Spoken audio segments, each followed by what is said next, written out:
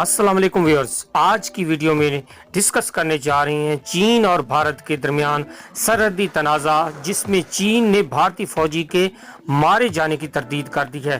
بھارتی حکومت کا دعویٰ ہے کہ چین نے ہمارے ایک فوجی کو مارا ہے۔ اس حوالے سے چین نے تردید کر دی ہے۔ چین میں ایک کہاوت ہے کہ مجرمانہ ذہن مشتبہ طور پر احتجاج کرے کہ وہ معصوم ہے۔ بھارت کی طرف سے بھی ایسا ہی کیا گیا ہے۔ چینی وزارت خارجہ کی ترجمان کا تبصرہ۔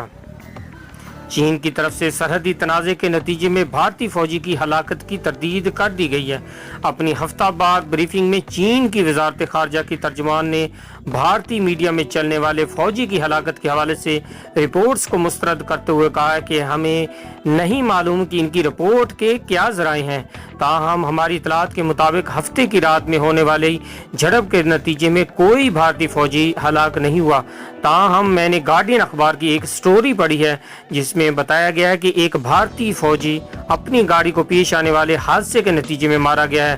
اب پتہ نہیں، شاید بھارتی میڈیا بھی اسی ہلاکت کا حوالہ دے رہا ہو۔ بھارتی وزارت خارجہ کی طرف سے جاری حالیہ بیان، جس میں چین پر جغرافیائی حدود میں تبدیلی کا الزام عائد کیا گیا تھا، پر تبصرہ کرتے ہوئے چینی ترجمان نے کہا کہ ہمارے چین میں ایک کہاوت ہے کہ مجرمانہ ذہن مشتبہ طور پر احتجاج کرے کہ وہ معصوم ہے۔ بھارت کی طرف سے بھی ایسا ہی کیا گیا، جبکہ اس سال کے آغاز سے ہی بھارتی فوج کی طرف سے باہمی اتفاق اور معاہدوں کی مسلسل خلاف ورزیاں کی جا رہی ہیں اور طاقت کے زور پر جغرافیائی حدود میں تبدیلی بھی کی گئی ہے، جس سے سرحدی علاقوں میں عدم توازن پیدا ہوا ہے اور دونوں ملکوں کے درمیان تنازع نے جنم لیا، جس کی تمام تر ذمہ داری بھارت پر عائد ہوتی ہے۔ تاہم چین کی طرف سے بہت تحمل کا مظاہرہ کیا گیا اور ڈپلومیٹک چینلز کے ذریعے ہر ممکن کوشش کی گئی کہ دونوں ملکوں کے درمیان کشیدگی نہ بڑھے۔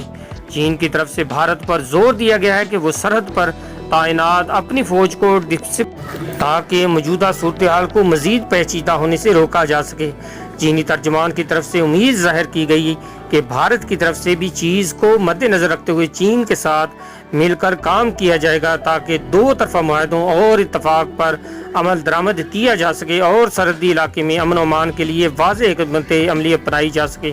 لیٹسٹ اپڈیٹ آپ نے سنی، امید کرتا ہوں انفارمیشن پسند آئے گی اور آپ سپر لائف پلس کو سبسکرائب کریں گے۔